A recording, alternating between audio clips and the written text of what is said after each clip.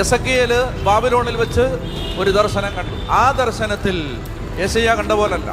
ദൈവമായ കർത്താവ് ഉന്നതമായൊരു സിംഹാസനത്തിലിരിക്കുന്നു. 4 വശത്തേക്കും തിരിയുന്ന ചക്രങ്ങളുള്ള സപ്താത്മാക്കള് കാവൽ നിൽക്കുന്ന വലിയ ഒരു സിംഹാസനത്തില് എസെക്കിയേൽ കാണുകയാണ് ദൈവമായ കർത്താവ് ഉപവിഷ്ടനായിരിക്കുന്നു.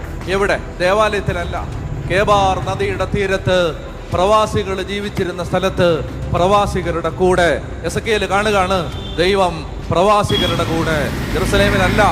മനസ്സിലാവുന്നുണ്ട് എന്ന് പറഞ്ഞാൽ കൂടെ നടക്കാൻ കൊതിച്ച ഒരു ദൈവം. ഉൽപ്പത്തി പുസ്തകത്തെ വായിക്കും.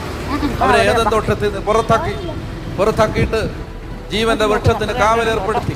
4 വശത്തേക്കും തിരിയുന്ന ചക്രവാളുമായി ക്രോബന്മാർ കാവൽ ജീവവൃക്ഷത്തിലേക്കുള്ള വഴി അടച്ചു.